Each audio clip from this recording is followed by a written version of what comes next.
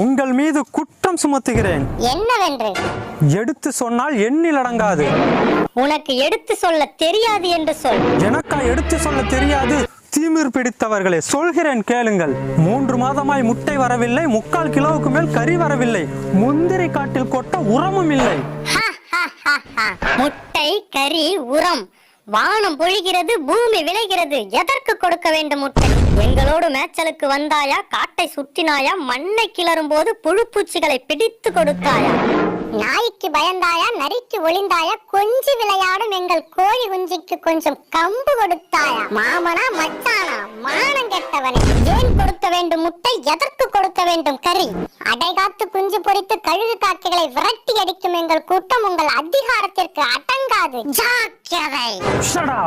கோதுமை, கம்பு, சோளம் என நவ தானியங்களை உங்கள் நாக்கிற்கு ருசியாக